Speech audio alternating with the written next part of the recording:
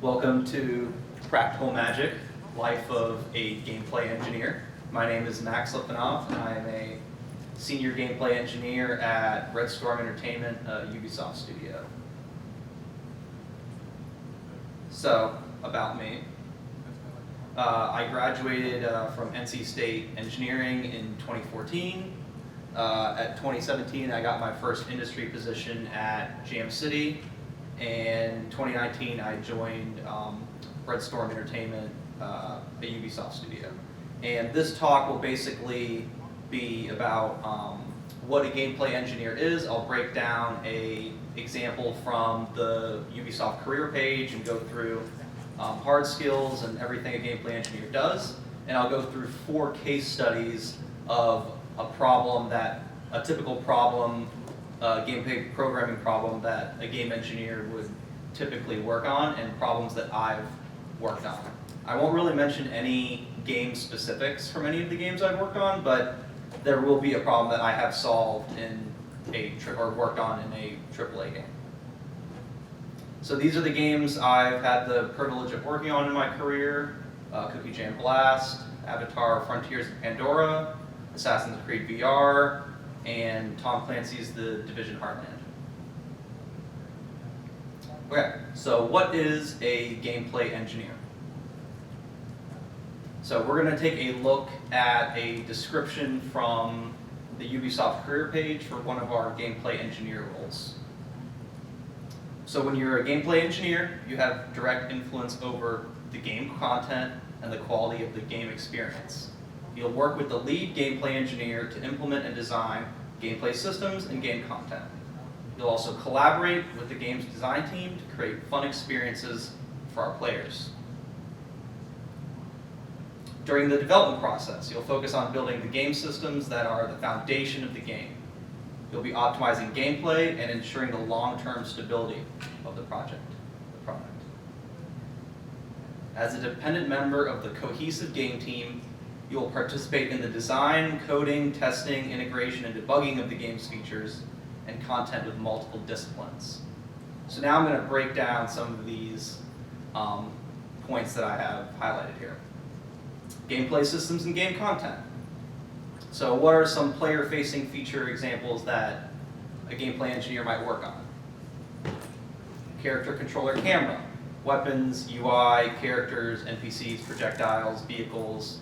Not limited to any of that, but typically that's a lot of player-facing features that you could work on.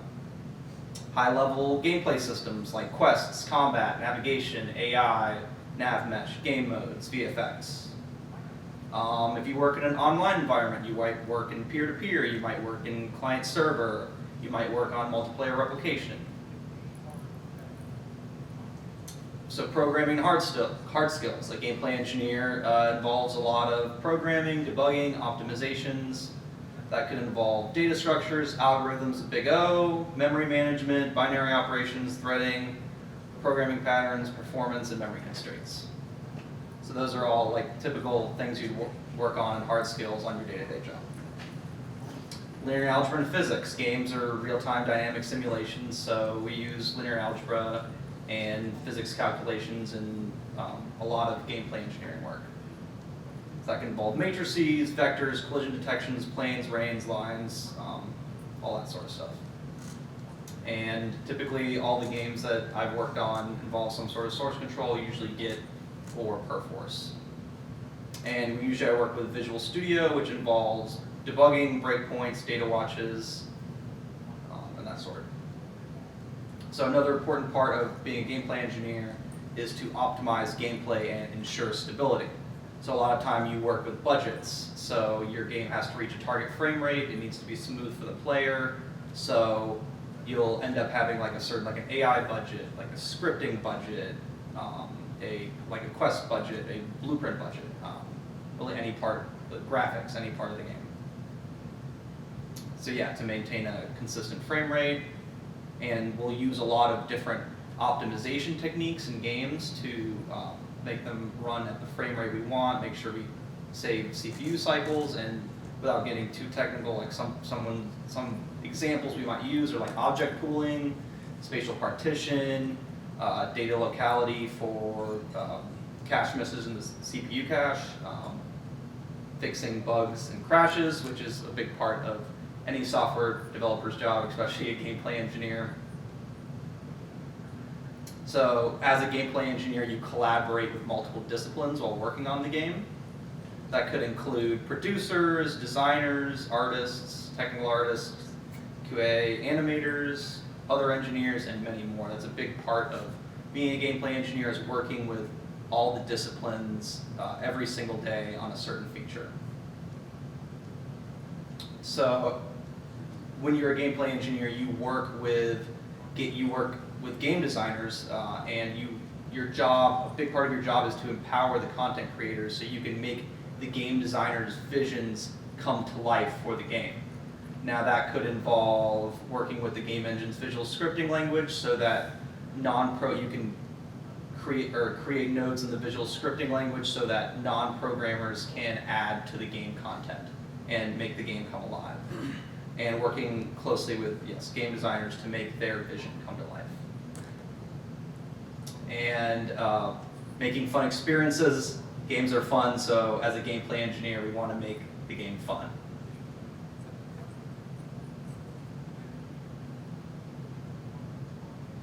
So I'll go through 4 separate problems that a gameplay engineer will typically or can work on.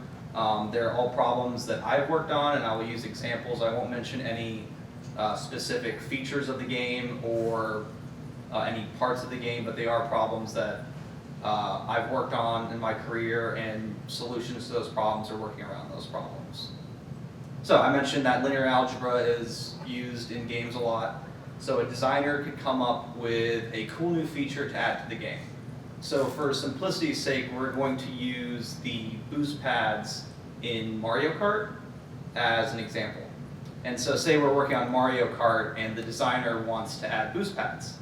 And as you know, with Mario Kart, if you've played Mario Kart, if you hit a boost pad right on, you'll get the most out of the boost pad. If you hit it from the side, you won't get anything from the boost pad. If you reverse on the track and hit the boost pad from the opposite direction, good things aren't going to happen. If you slightly hit the boost pad, you'll get some power from the boost pad.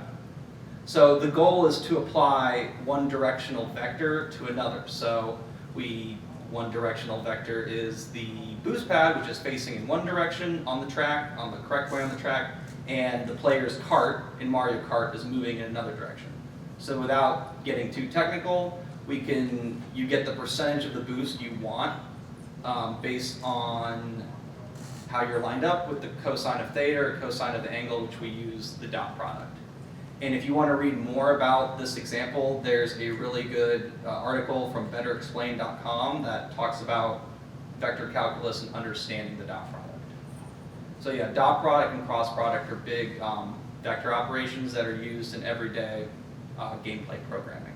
And to solve problems or gameplay, to create like a cool gameplay mechanic like this could involve like a good amount of 3D math work.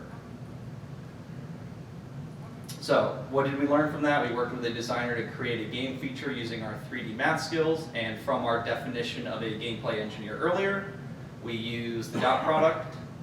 The feature we worked on included a character and a boost pad, so it was a character ability, and it was player facing, so gameplay engineers work on player facing features. And we collaborated with a designer because it was the designer's idea to create this cool boost pad in our game. Solving the damage problem. So typically when working with combat pipelines, which I've had experience on, one time during a playtest we would have a certain enemy just die for no reason. And we didn't know why that enemy died. And so the player used a certain weapon to kill that enemy, a weapon that should not have killed the enemy in one hit. So QC creates a bug, the enemy should not die from this certain weapon. And the engineer has to fix it. So the engineer tries to find out why the final health value of the enemy is 0. It could be a majority of reasons. So the engineer debugs the code and basically writes down all the ways that the damage is modified from the point of impact from the weapon of the enemy to the final result of the enemy actually dying from the weapon. So eventually the engineer finds out what's wrong with, or why the enemy died, and fixes the bug, but there's a long list of things that changed it, like the weapon might have had poison damage, you might have hit the enemy in the head, and then there's a lot of things to remember. So one thing I did was create, using the debug tools, every time that an enemy got damaged, we would write down everything that modified that damage to get to the final result. So just from a basic picture right there, it looked, from a high level, looked something like that. So we had, the enemy started with 100 health. We damaged them, they moved to 70 health. There was some sort of armor mod. They moved to 50 health from poison damage. And maybe the bug didn't, or the QC tester didn't know that there was poison damage on the weapon, and didn't know that they actually did a headshot with the weapon. So it ended up being 0 damage. So a gameplay engineer will work with a lot of debugging tools to visualize different aspects of their game, and in this specifically was the combat pipeline. So what did we learn from that? We created a debug tool to easily determine why the character in the game took X amount of damage during that. So it involved core gameplay, combat and damage pipelines are core gameplay. We used debug tools to easily view the damage in real time during gameplay to speed up visualization. And this helped us fix bugs, and there were many more bugs like this going on with the project I worked on. And the difference now, instead of having an engineer have to debug through the pipeline to figure out why a certain character took this amount of damage, we have a debug tool that we wrote so that we can easily see an organized view of, okay, it started at this, then it went to this because they were wearing armor, then it went to this because there was poison damage, then it went to this because you hit them in the leg, and that does less damage than if you hit them in the chest. So let's talk about optimizations. Why does the game have a memory leak every time we enter this level? So when I worked at Jam City, we had our, I worked on a match 3 game, and every night we would play the, have the game, an AI play the game for the whole night just to see what would happen, basically. And one day we came back in the morning with one of our new levels, and the game completely crashed because of a memory leak. And yeah, the game crashes, it crashed because of a memory leak. And so we ended up we played that level and ended up playing it over and over again, except this time an engineer used our profiling tools to look at a memory snapshot of the level before and after. And so here's an example of like the Unreal profiling tool where we can look at the file that's creating memory, the class that's creating memory, like what maybe members in that class, maybe data structures in that class, and it ended up being an event object that was not unsubscribed properly when we would enter the level. So every time we, or exit the level. So every time we would enter the level, we would resubscribe to that event object, so it would create a bunch of garbage in memory that eventually crashed the game because of that. And when you play the game, I don't know, thousands of times overnight, that's going to cause the application to run out of memory. So what did we learn? We used load testing and memory profiling to fix a memory leak. So automated testing, we created an AI to play the game repeatedly to test it. We used profiling tools to find the memory leak in the game. And the definition of gameplay engineer said we wanted to ensure long-term stability. So that could mean that if a player played the game for a long time, it would eventually crash because of that event the unsubscribed event. So we remove the memory leak, ensuring the long-term stability of that level and of the game to make sure the crash does not happen again. So we'll go through a little bit of a multiplayer example. So in a multiplayer game, we need to define what data is relevant for player, like we'll use a PvP game for example. What data is relevant for players, player teammates, and player enemies. So if you work on, or if you, like Apex Legends, for example, you have players on your team, and you have enemy players in the Battle Royale match. So replication, the goal of it is to ensure that players in the game have a consistent model of the game state. So in Apex Legends, for example, or any other multiplayer game, we have friendly teammates that are on your team, and we have enemy teammates that are on the other team. Now, there are certain things that, like, a friendly teammate has, an enemy teammate has, like their weapons, their inventory, their what special abilities they have, anything like that. And we could easily send all the data over the network and replicate at all times for all players.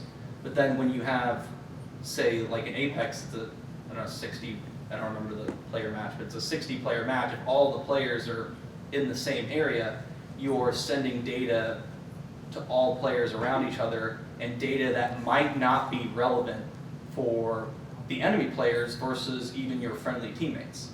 So let's just look at Apex for an example. So what do we know about our friendly teammates? We want to know where they are. We want to know what weapons they have, because you want to see what weapons they have. We want to know their health. As you know, Apex has a UI that shows what health they have. We want to know their armor. We want to know if they're wearing a blue armor, if they're wearing a gold armor, if their armor's damaged, if they have very little armor left, if you need to give them armor, how much ammo they have, if they have a grenade, if they have a rocket launcher, something like that. If they are about to use their ultimate ability, or if they're ready to use their ultimate ability, we want other players on our team to know that, because that's important. Any special items, like a key, really any item that's important to the game. So for enemies, we definitely want to know. We definitely want to know position. We definitely want to know what weapon they have, and really that might be it. That you really just want to know what position the other enemy is and what weapon they have, and only send that over the network to save data and cycles. But you could, if you want the enemy to have a health bar, you'll need to replicate the enemy's health so that you see how much health they have as you damage them, and potentially the same thing for armor. So the important thing with multiplayer replication is deciding what you need to replicate, and to make the game feel, ensure that the player feels like they're in a multiplayer match, seeing an enemy that is exactly the same as them in the game on their client. So we solved a networking and game design problem by defining what data needs to be replicated between players. And I've worked on situations where, in a multiplayer game, where you don't think one thing needs to be replicated, and then you find out it does, so you might need to make a custom solution for that. So, multiplayer. We worked in a multiplayer environment where the game state of the players, or the player state, is replicated. Player-facing, players and enemies and fighting and guns and health and armor are all player-facing, and interactions between players is definitely foundational gameplay. So I talked a lot about UI with Apex Legends because you can see other teammates' health and armor and weapons and whatnot, and the data we replicate is visible on the user interface elements of the game. So what I recommend, I did give a really high-level talk on all of these different gameplay elements, but some really good deep dive gameplay talks I recommend are Embracing Push-Forward Combat in Doom, Overwatch Gameplay Architecture and Netcode, Optimizing Unreal 4 for Fortnite, Battle Royale, and Valorant's Performance Requirements. These are 4 talks that I really recommend that dive into replication, combat pipelines, netcode, performance optimizations, and for a lot of my favorite games, and I think they're very, very interesting. These are all talks I recommend. Thank you.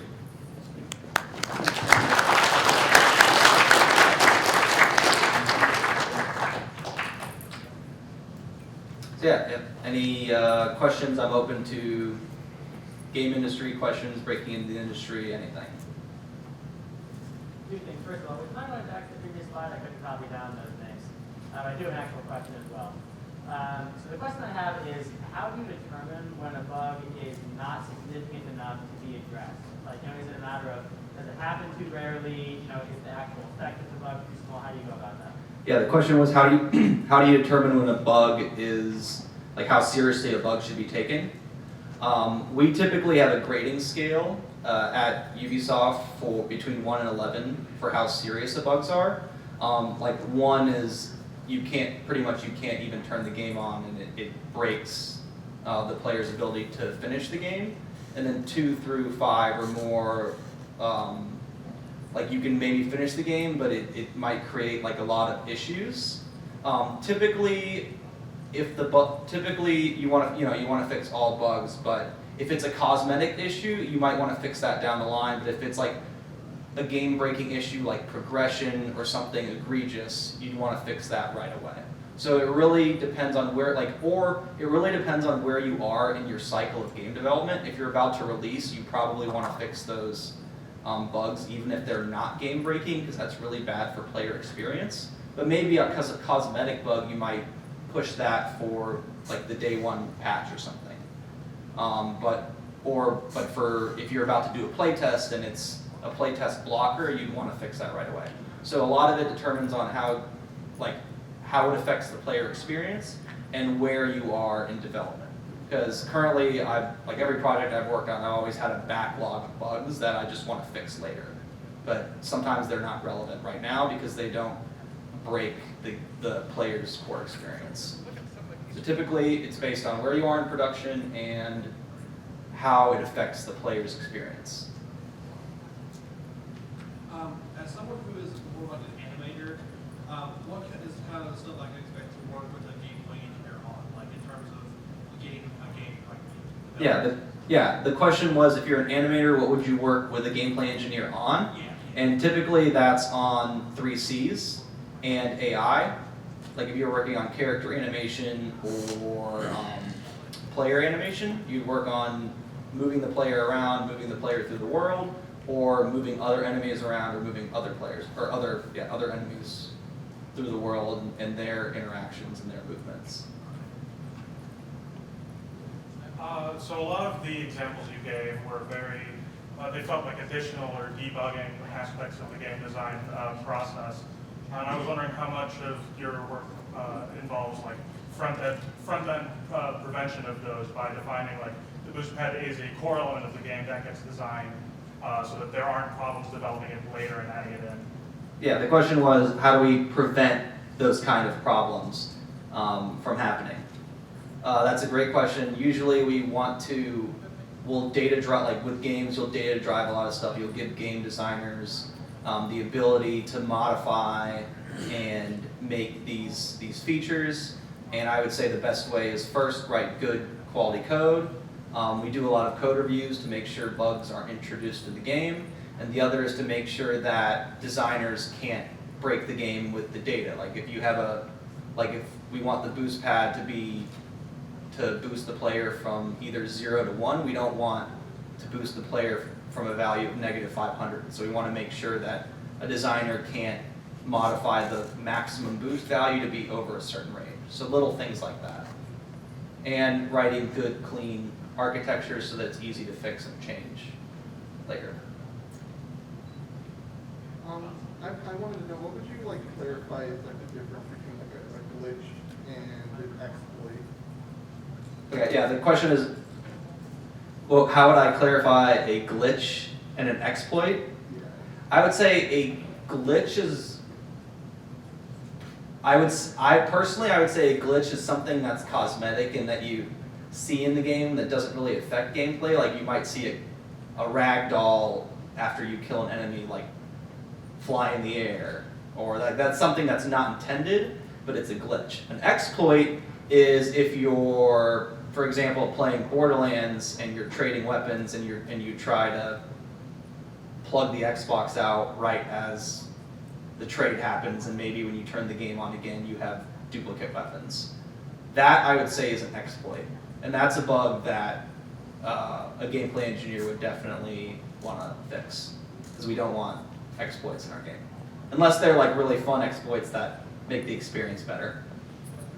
But yeah, for like a serious or competitive game, you don't want players to get an advantage for that.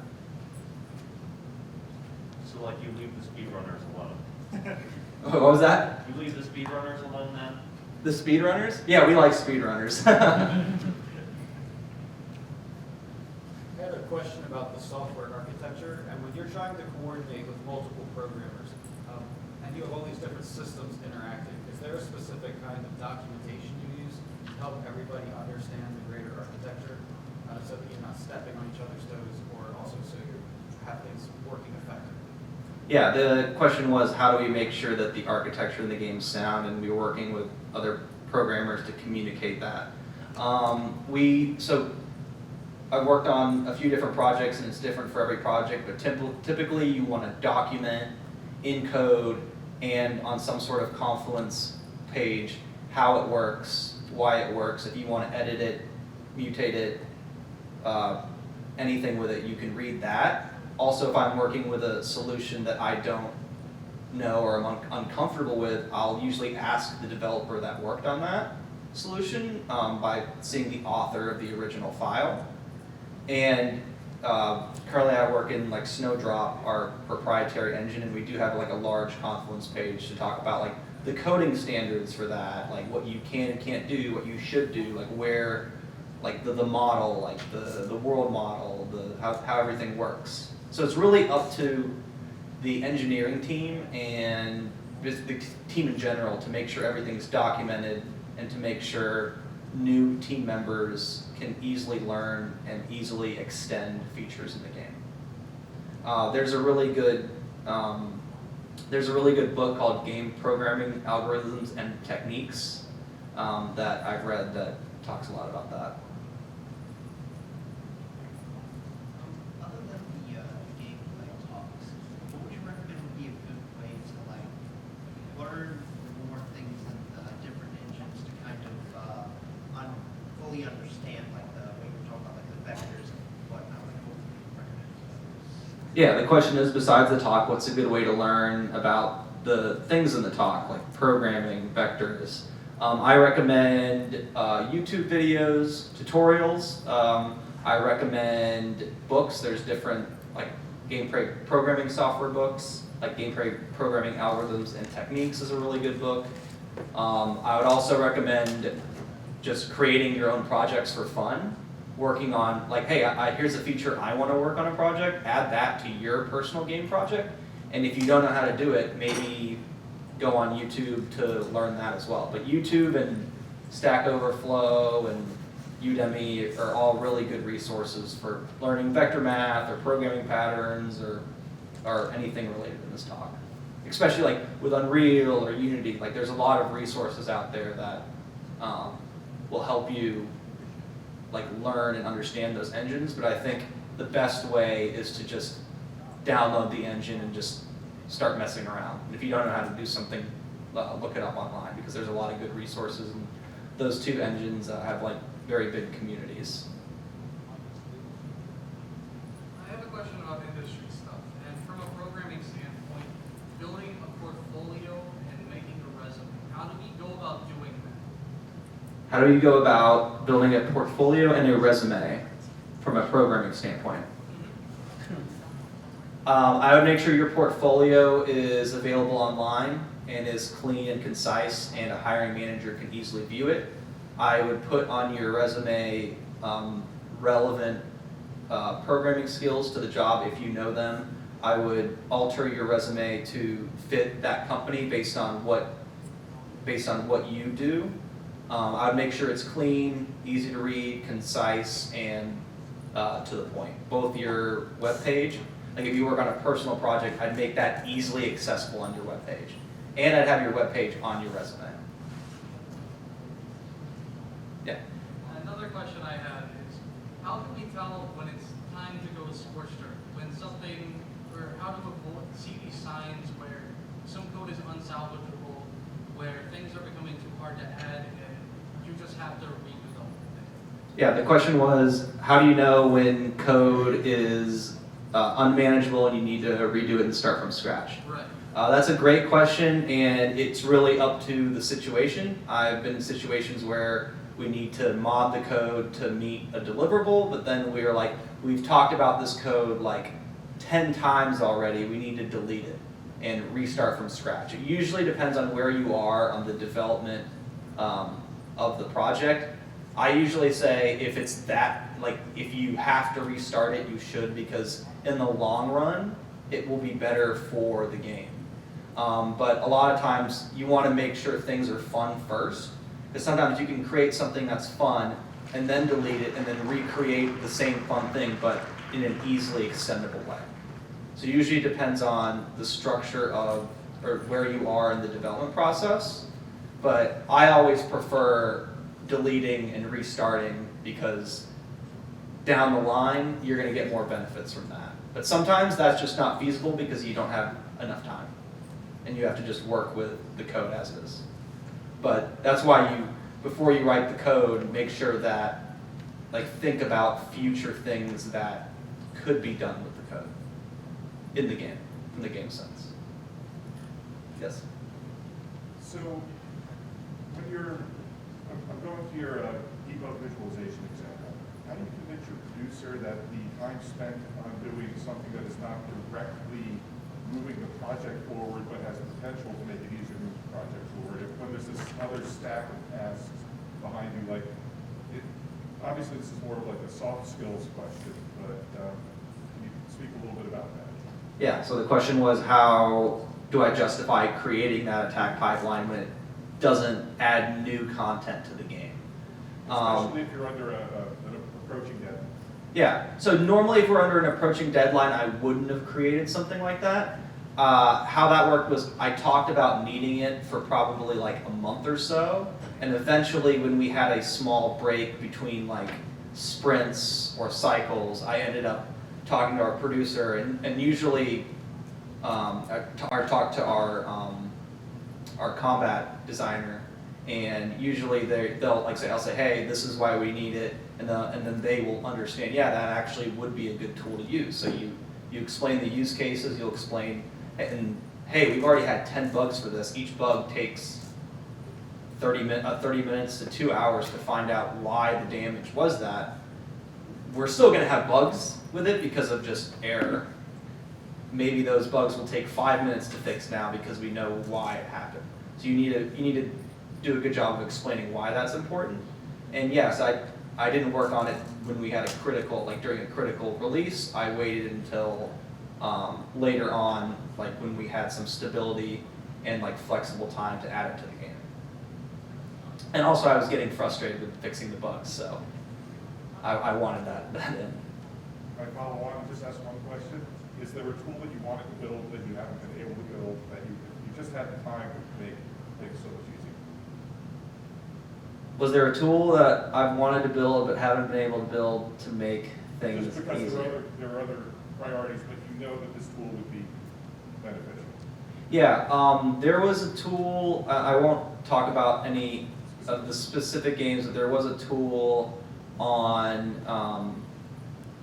on Cookie Jam at my previous company that we wanted the like a procedurally generated board where it would complete, because all our boards were hand authored in terms of like special characters. Like you could make the colors different, and you could make the it was a similar game to Candy Crush. Like you could put pieces on the board. You could procedurally generate the boards, like the different pieces colors, but like obstacles and different characters and game modes, those would need to be hand authored. And we always talked about like a procedural tool because we actually had so many designers that had to hand author all those levels.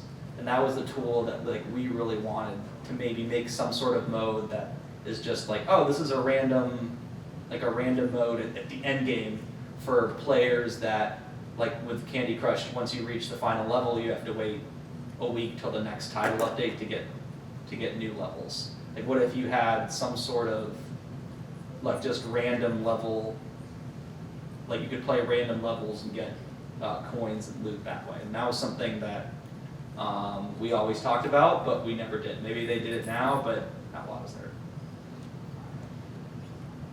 What mechanic do you find the most fun to like program?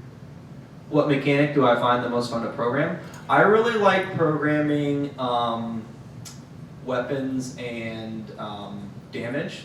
I really like seeing hit feedback from, like, I personally, as a fan of games, I really like shooters and multiplayer shooters, so I like working on, like, you know, the hit feedback from Destiny or Halo feels really good. It feels good to chase someone down and then get a headshot, so I really like working on those type of things. And I really like social features. I like features that bring players together as well. What would you say to someone who doesn't have very strong 3D math skills, who has an interest in gameplay programming? What would I say to someone who who has a Who doesn't have very strong 3D math skills? who doesn't have strong 3D math skills but is interested in gameplay programming? I would say go through some YouTube tutorials online, look at a problem like deciding whether two spheres intersect one another, and recreating the problem in Unity, and writing the code for it in Unity, and then visualizing it in Unity, because Unity is really cool. You can easily put two spheres in, you can check if they collide, and using that as like a problem. And I've actually done that, like when I was interviewing for my position now to practice 3D math problems. I would take a problem like when does like the Mario Kart problem and visualize it in Unity. That's what I would do. Even like look up a YouTube video or look up the formula, like the final formula, and then convert that to Unity. That's what I would do. What other, like for programming and game development, what other sort of roles do you see besides like gameplay, engineering, what other jobs are there? Yeah. So what other types of roles are there for games? And there's a networking engineer where you'll focus more on on back end, like server side stuff. There's tools engineers. There's gameplay systems engineers, which is kind of it really depends company to company. You could have like rendering engineers where you'll work on the rendering engine, or like audio engineers, like maybe there's a specific AI engineer, like it could be really specialized. There's an engine engineer where you won't work on the core gameplay, but you'll work on the engine. Like at Epic, they have people that work on Unreal, and then they have people who might do gameplay for Fortnite, as an example. So it really depends on the company and what part of the game you're working on.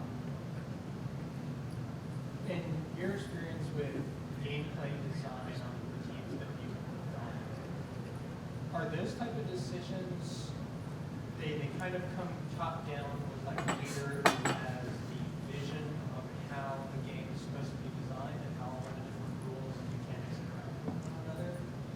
Or have you been in situations where there's a team that comes up with that? As someone who might just try to design a game, design mechanics that are fun, is that something that one person's in charge of? Yeah, that's a great question. The question was like where does the game design come from? Who gets a say, really?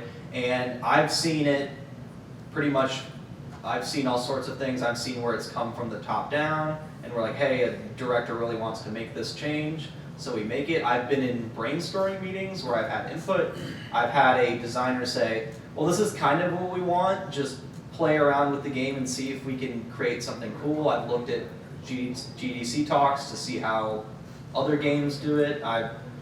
That's another thing as a gameplay engineer, I don't think I mentioned too much, is we actually do look at other successful games and see how they solve problems and try to use their techniques or what they've learned into what we're currently doing. And yeah, I've had it where I've worked just with a designer and I say, you know what, this doesn't feel good, so I think it should be this way. And I've worked pretty much all over the place, so it really depends.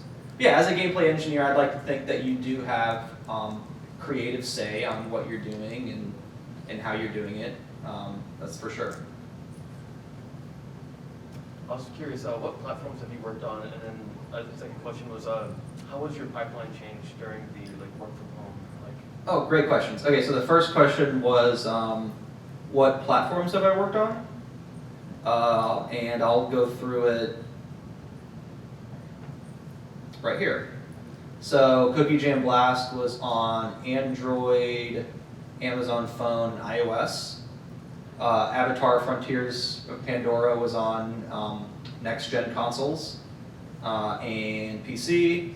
ACVR is on Oculus Quest 2, and Division Heartland is on current gen, or I guess current gen is next gen now, but the Xbox One, Xbox X, PS4, PS5, and PC.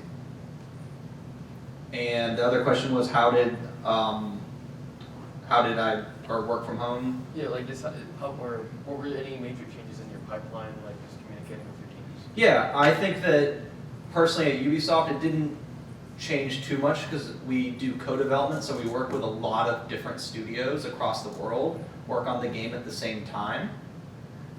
So I typically worked with people in Germany, with people in Sweden, with people in France. So I was a little bit used to communicating on Teams. That's our platform for communication.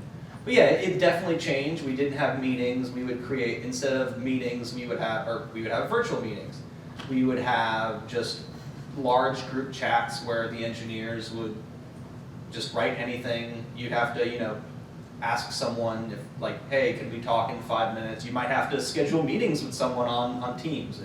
It was definitely a transition, but I think for Ubisoft specifically, I was already a little bit used to it from working with people in other countries. Especially on Avatar, we worked with Massive in Sweden, so probably 75% of my work was already remote, with speaking with people not in the office. Thank you. Do you use the same source control as the game designers then? Yeah, so we use, the question was, do we use the same source control as the game designers? And that's yes, we use Perforce. And on Cookie Jam Blast, we use GitHub. And yeah, the game designers, so if you're a game designer, you definitely want to learn source control as well if you don't know it. I was curious about your iteration cycles. When you build the first mechanic off of the design, what does the cycle look like when you go through and you play test it and then you decide, oh, we need a particle effect or this doesn't feel right? Like, where do you fall in it? Where does everyone on the team fall? Yeah, so the question was like, what is the iteration cycle like? Usually you want to get something, like I've worked on, for example, I worked on a feature and then I've gotten it somewhat working and I'll end up playing with it with a designer, like through a call, and I'll have them, or they could like pull my changes and then play it.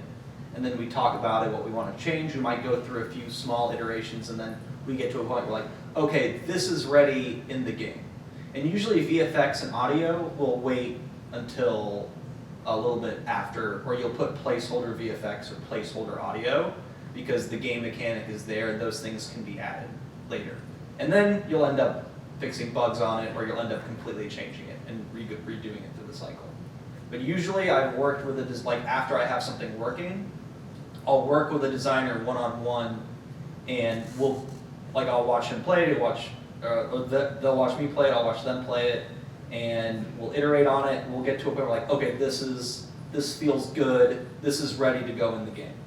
And sometimes you'll put in features that go in the game, but there might be a debug tool to turn it on. Like it's not visible to people playtesting or other people on the team, but the code is in the game, and you might want to turn it on later. That's also an option too.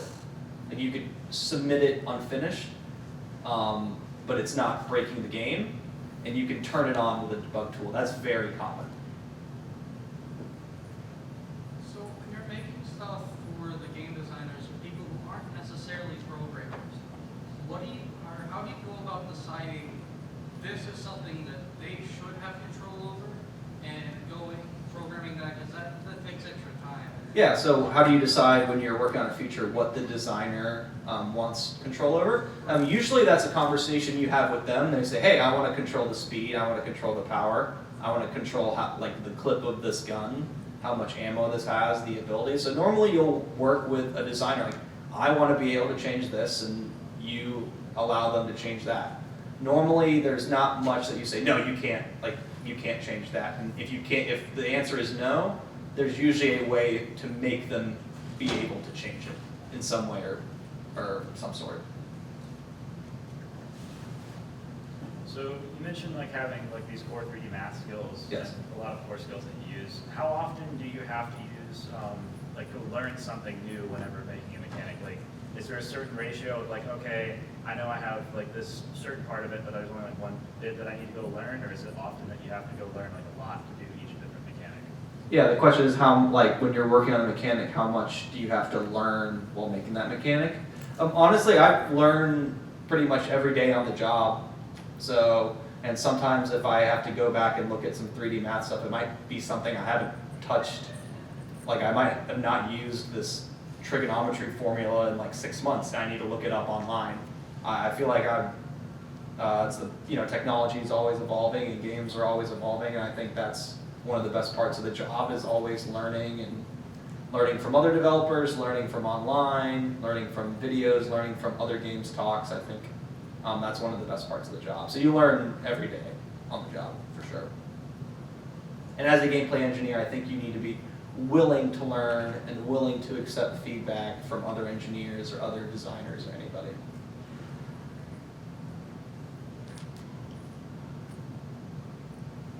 I know you mentioned, establishing and maintaining your budgets for different areas of the game. Let's say you find yourself in a situation where you realize that, in our animation, we are over budget. How do you go about determining what areas you need to cut down on in that budget? Yeah, normally, from my experience, is we have a cap, and we could be over budget of that cap. Like our animation budget is, a certain number of milliseconds and cycles, right? And normally, if we're above that cap, we need to cut that down. And normally, the engineering team determines like how much we should spend on each area of the game, like how important that is for each area of the game. Yeah, but performance in games is like it's a big subject. It really all depends on per game, like what type of game you're working on, what area of the game you're working on, how important is this area of the game. Like if your game needs really complex AI, you might want to put more CPU cycles on the AI. Like maybe a zombie game, you're going to want a lot more zombies, so that budget's going to be a lot larger. Do you watch any YouTube development channels just for fun in your spare time? If so, which ones? Yeah, there's, I've only watched one development channel in my spare time, and it's the Cherno. He works on like a C++ game engine, and I've just watched that channel just to look at a few like C++ performance and semantics things. So what are your thoughts on building out an entire game and then raising the quality everywhere versus building a small portion of the game at a higher quality and then bringing that out to the rest of the game? Oops. The question was, sorry, how do you say that again? So building out the entire game. Yeah, building out an entire game. And then bringing it up versus building a small portion of the game to a higher quality and then out. Yeah, I think it's important to build a small portion of the game and see what's fun without really making like a large level, like looking at the core game mechanics of why this is fun, because then you could easily throw it away without adding it to a large level. Like if I were, I remember seeing a talk on Jedi Knight Jedi Fallen Order, where they were working on a very, very small level with just block art, and the character didn't even have any art or anything, and they were just working on wall sliding there before they actually made the level where you wall slide through and avoid like falling down. So I think that's important to find the fun first, and then like start adding it, because it's also easier to iterate on small sandbox levels than it is on like large levels. And yeah, I mean that works for even if you're making like a procedural generation system that's going to end up being huge. Maybe you just do small samples of procedurally generating rooms before you actually generate like a whole level or something like that.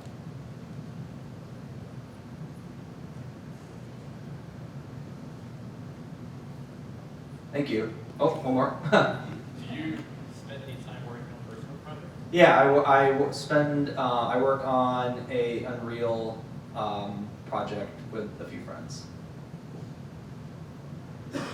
Yes. How's your day going so far? A day's going well. Thanks for listening to my talk.